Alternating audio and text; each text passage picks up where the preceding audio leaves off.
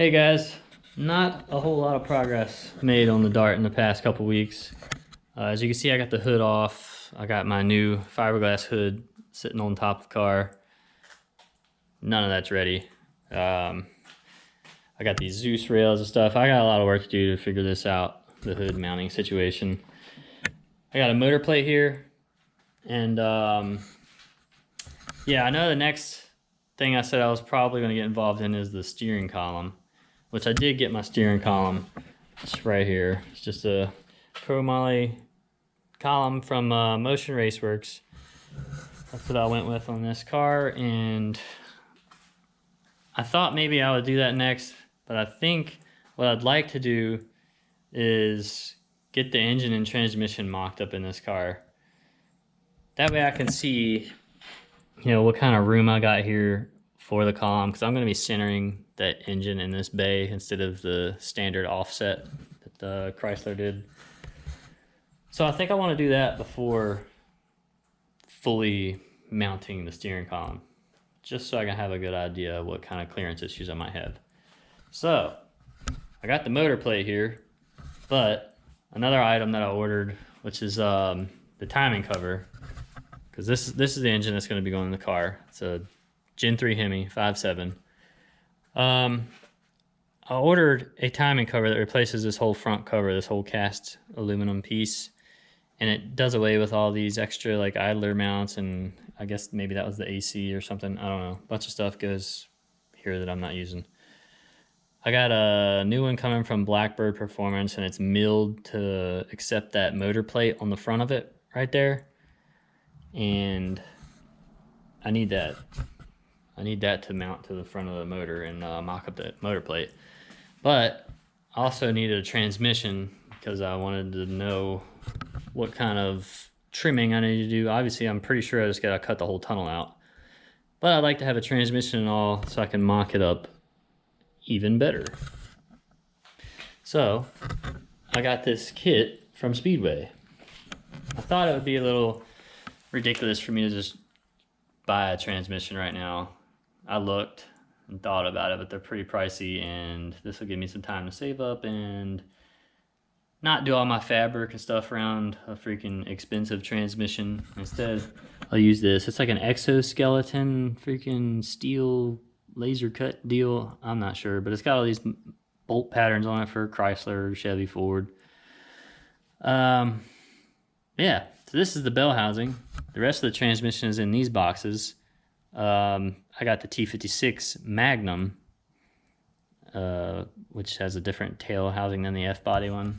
So that's what I went with. This car will be getting a T56 Magnum style transmission, probably. I think I'm committed to that now, maybe. I was trying to decide what kind of transmission I'm going to run, and I think that's going to be it. So I need to assemble this mock-up transmission. So I'm going to get all this unboxed and lay it out here on the floor and start trying to figure it out, putting it together. It's supposed to be pretty simple, so we'll see. Alright, so I got it all unboxed here, and that's the main housing of the transmission. I guess you call it the main body part. This is the tail housing and obviously the bell housing. I'm going to start with the bell housing because it's literally just two pieces and it's the simplest. And I was just looking through the instructions because I started looking at the side of it and I was like, oh man, I'm putting a Gen 3 Hemi in this car and I'm not sure what, like the Hemi mark is for like, old school Hemi. I don't see anything else on there for Gen 3. But I got to looking and they have a bell housing depth measurement guide, and it does reference the Gen 3 Hemi in here. So at any rate, this thing has these adjustable slots on the side here. If these applications don't work, I can look up the bell housing I'm going to be using and use these slots to set the depth of the bell housing, so that'll give me an accurate bell housing mock-up for the transmission.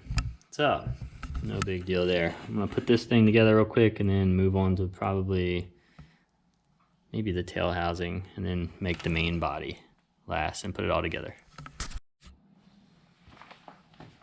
Alright, so I just looked up on Google I'm gonna be running a QuickTime blow-proof bell housing, and the depth that they list on their website is 6.465, and according to this, the small block Mopar is 6.47, which is pretty much that. So I'm just gonna set the distance up on this like it was a small block Mopar, and that should be good. So what I'm trying to line up here is right there at the bottom, right here, it says SBM for small block Mopar. So I need to get that bolt hole lined up, put a bolt through that, and 2 bolts through the slots at the top and bottom to lock it in place.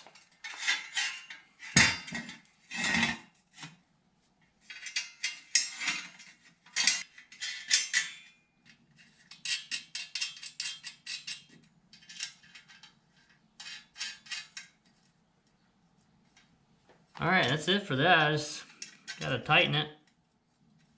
But I'll tighten all of it, I think, when I'm done putting it together.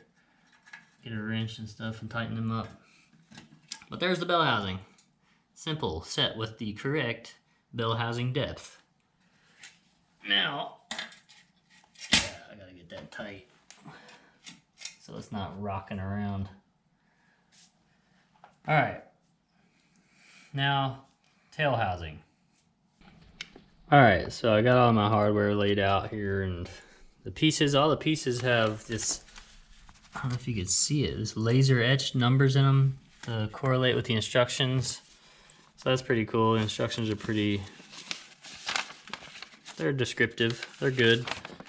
Nice little diagrams on all the steps. So I'm just gonna follow the instructions and put this thing together real quick. Let's see how it looks. All right, so fasten bottom plate 5, this guy. So I just gotta fasten this, which is number 5, to the bottom of this, the main plate. Looks like on the right side of this. Then this goes here. All right, so this has some slots in it you have to get it into, and they are a tight fit.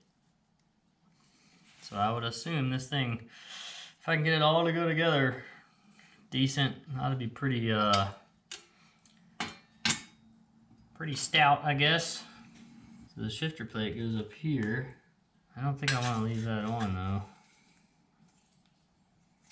But for now, to hold it together, I guess. Okay, next. All right, so now I need this little half moon deal. Slips into here. Nice. And this fella.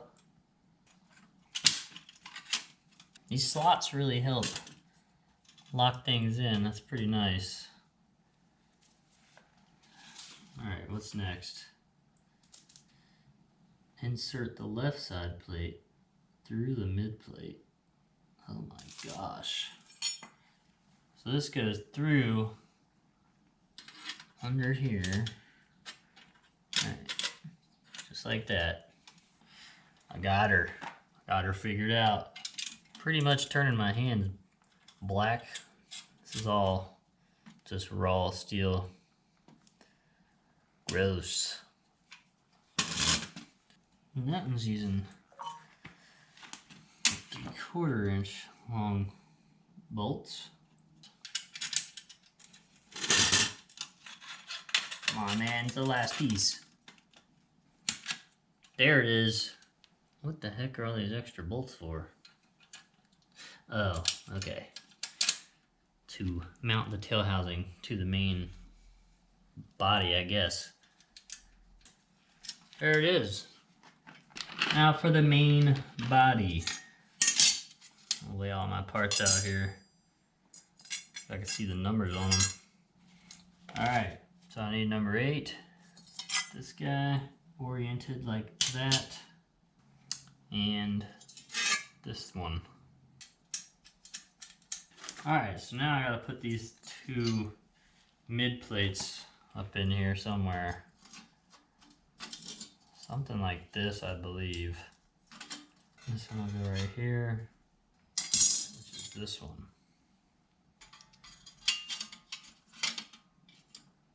Next is this number 5 plate. There it is. But once you get it, it falls right into place. It's pretty nice. This one just goes at the bottom. Yeah. Ooh, a nice snap. Oh boy. I think I got one wrong here. I got this number 2 plate in flipped. That's pretty much impossible to get back out without disassembling, isn't it? Of course. Alright, let me back up here for a minute and flip this number 2 plate. Alright, got number 2 flipped. Wasn't too bad. Just pulled the top supports and undid one bolt here, swung it out. Was able to pull it out and flip it. So that's good. It's pretty much done. I think I just gotta put, this is just one bolt. It goes like so. Yeah. Just like that.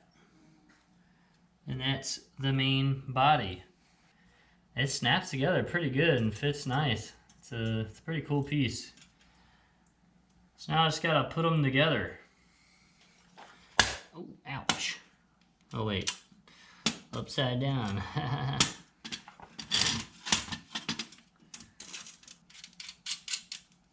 There she is. That's a T56 Magnum right there.